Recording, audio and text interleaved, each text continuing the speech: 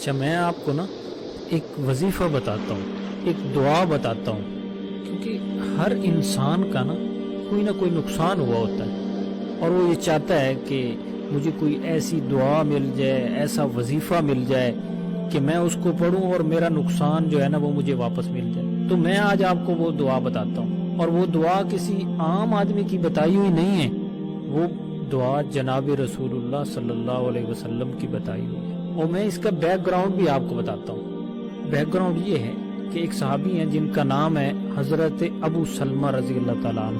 وہ ایک دن گھر تشریف لائے، اپنی بیگم کو کہتے ہیں کہ میں حضور علیہ السلام سے ایک ایسی دعا سن کے آیا ہوں جو میرے لیے دنیا اور دنیا میں جو کچھ ہے اس سے زیادہ مجھے محبوب ہے۔ اور وہ دعا یہ ہے کہ حضور علیہ السلام نے یہ فرمایا کہ جس آدمی کا کوئی نقصان ہو جائے، خواہ کتنا ہی بڑا نقصان ہو، تو وہ ایک دفعہ یہ پڑھے انا للہ و انا الیہ راجعون۔ یہ پڑھنے کے بعد وہ دعا پڑھے جو حضور علیہ السلام نے بتلائی۔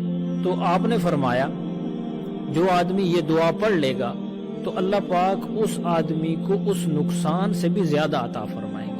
یہ صحابی حضرت ابو سلمہ جو ہیں، ان کی بیوی کا نام ہے حضرت ام سلمہ۔ تو حضرت ام سلمہ فرماتی ہیں کہ بات تھی ہو گئی، ایک عرصے کے بعد ایسا ہوا کہ میرے شوہر حضرت ابو سلمہ فوت ہو گئے، تو میرے لیے بڑا نقصان تھا۔ تو مجھے حضور علیہ السلام کی وہ حدیث یاد آئی کہ آپ نے فرمایا تھا کہ کسی کا کوئی نقصان ہو جائے تو وہ یہ دعا پڑھے تو اللہ پاک اس کو اس نقصان سے بہتر عطا فرمائیں گے۔ تو میں نے دعا پڑھنے کا ارادہ کیا۔ بشری طور پر انسان ہے، انسان کے ذہن میں یہ خیال آتا ہے کہ یہ کوئی ایمان کی کمزوری نہیں ہوتی، انسان کے ذہن میں یہ خیال آتا ہے کہ پتہ نہیں مجھے اس سے بہتر کیا ملے گا۔ اور ان میاں بیوی کی آپس میں محبت بھی بڑی تھی، تو یہ ایسے خیال آیا۔ لیکن وہ فرماتی ہے کہ میں نے وہ دعا پڑھ لی، وہ دعا بھی میں آپ کو سنا دیتا ہوں۔ وہ دعا یہ ہے، آپ صلی اللہ علیہ وسلم نے فرمایا جو آدمی جس کا نقصان ہوا ہے وہ پہلے پڑھے انا للہ و انا الیہ راجعون۔ اس کے بعد یہ دعا پڑھے اللہم عندک احتسب مصیبتی ہذہ اللہم اخلفنی فیہا بخیر منہا۔ یہ ایک دفعہ پڑھنی۔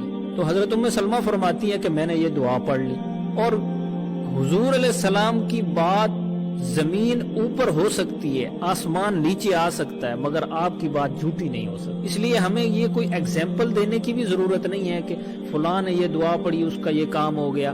حالانکہ مجھے یہ پتہ ہے، ایسے بہت سارے میرے دوست ہیں جن کو میں نے یہ بتلائی اور انہوں نے وہ دعا پڑھی تو ان کو اللہ پاک نے اس سے بھی بہت اچھا دیا۔ لیکن میں یہ اس لیے نہیں بتاتا کیونکہ ہمیں دلائل دینے کی ضرورت، جب حضور کا فرمان آ گیا تو بات ہی ختم ہو گئی۔ تو حضرت ام سلمہ فرماتی ہے کہ میں نے یہ دعا پڑھی اور مجھے اپنے شوہر سے، میرا نقصان یہی ہوا تھا نا کہ میرا شوہر چلا گیا تھا، تو مجھے اپنے شوہر سے بہتر کیا ملنا تھا، کائنات سے بہتر مل گیا کہ حضرت ام سلمہ رضی اللہ تعالیٰ عنہا کی شادی حضور علیہ السلام سے ہو گئی۔ تو بھائیو، میں آپ کو بھی یہ کہتا ہوں کہ آپ بھی اس دعا کو یاد کرو اور اس دعا کو پڑھا کرو، مسائل ہی حل ہو۔ سب سے بڑا مسئلہ انسان کا یہ ہوتا ہے کہ وہ یہ کہتا ہے مجھے نقصان ہو جائے گا تو پھر کیا ہوگا۔ تو ہمارا دین ایسا دین ہے جس میں ہر مسئلے کا حل ہے۔ تو اللہ پاک ہمیں بھی اس پر عمل کرنے کی توفیق عطا فرمائے۔